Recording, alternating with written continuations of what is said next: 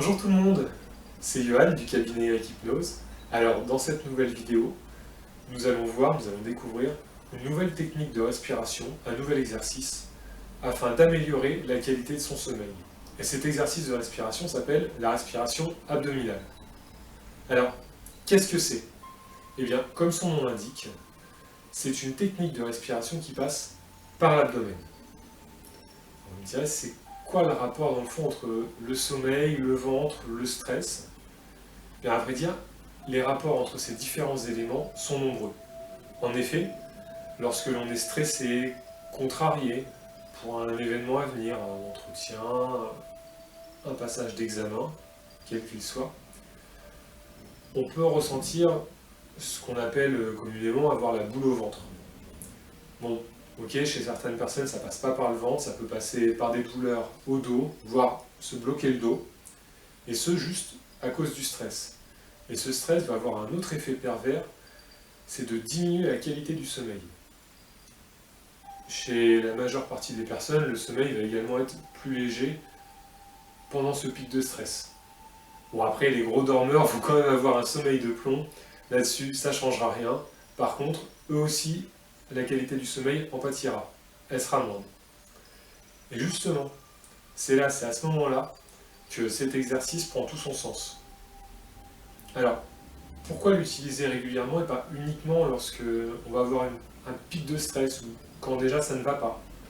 Et puis, la respiration abdominale, est-ce que ça n'a pas d'autres effets positifs? Pour répondre à la première question, il est toujours préférable de faire du préventif plutôt que du curatif. Alors, je m'explique. Cet exercice, c'est pas de la magie. C'est comme tout, et comme lors de la précédente vidéo sur la cohérence cardiaque, qui est un autre exercice de respiration, dont vous trouverez le lien dans la description ci-dessous. Donc, si l'exercice est uniquement exécuté lorsque nous avons un problème, qu'on va avoir ou qu'on a un coup de stress, son effet sera fortement réduit, voire dans le pire des cas, sera nul. Alors que si on l'exécute régulièrement, voire dans l'idéal quotidiennement, une fois par jour, c'est le top, eh bien on pourra bénéficier de tous ces avantages, de tout ce positif. Et lors du prochain coup de stress, de ce pic qui peut nous empêcher de dormir ou nous provoquer des douleurs au ventre, au dos, aux différents endroits, au prochain coup de stress donc, eh bien, ça nous affectera moins, voire pas du tout, suivant le niveau de stress. Et donc, les bienfaits de la respiration, pour la deuxième question, de la respiration abdominale, ils sont multiples. Les grandes respirations, qui seront faites par la suite, permettront de détoxifier au moins en partie votre corps. Cela augmentera considérablement l'oxygénation du sang et donc la régénération cellulaire. Et cette régénération cellulaire, c'est un cercle vertueux en fait. On a une meilleure oxygénation, les cellules se régénèrent plus facilement, et donc les effets du temps se feront moins sentir sur le corps, que ce soit la peau ou sur les organes en particulier, de manière plus globale. C'est pas non plus une technique, un truc pour avoir la jeunesse éternelle, c'est juste pour se conserver mieux, de par la détoxification du corps et la régénération cellulaire due à l'oxygénation du sang. Mais c'est pas tout. On va également gagner en vitalité, le stress, l'anxiété vont diminuer. Après un gros repas, vu que le corps sera plus oxygéné, les cellules vont mieux travailler, ça va faciliter la digestion, d'où encore le rapport au ventre. Et surtout, on va gagner en qualité de sommeil. Votre sommeil sera plus réparateur. Bon, ça n'empêchera pas qu'une fois de temps en temps, on se réveille encore un peu fatigué. Comme je l'ai dit précédemment, c'est pas de la magie. Ça permet d'apporter des petits plus comme ça au quotidien, sans forcément qu'on s'en rende compte, nous, consciemment. Par contre, le corps, lui, s'en rend compte. Bon, après tout ça, on va passer à l'exercice. Alors, un petit rappel d'abord, qu'est-ce qu'on appelle une respiration? Alors, une respiration, ça correspond à une inspiration suivie d'une expiration. Ces deux éléments, une respiration, on appelle ça aussi un cycle. C'est un cycle respiratoire. On inspire et on expire.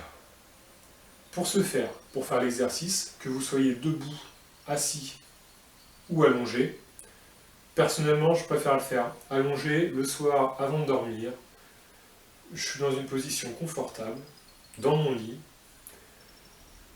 et justement, on se met bien, on s'installe confortablement. Même si c'est debout, ça n'empêche pas d'être disposé confortablement, le dos droit. Et on va prendre une profonde inspiration tout en gonflant le ventre, vraiment le ventre, et en ouvrant le thorax. Cette inspiration sera profonde, comme on l'a dit, et lente. Pas non plus mettre 10 secondes, mais si ça met 5 secondes, l'inspiration, c'est excellent. L'expiration, on va la faire aussi dans l'idéal pendant 5 secondes, et ça en rentrant le ventre. Donc c'est vraiment quelque chose où on va, entre guillemets, forcer sur l'organisme. On ne va pas faire la respiration qu'on a l'habitude qu'on fait par automatisme, avec uniquement le thorax. Là, on va faire travailler l'abdomen, d'où la respiration abdominale. Alors c'est parti, je vous montre. On inspire. Et on quitte.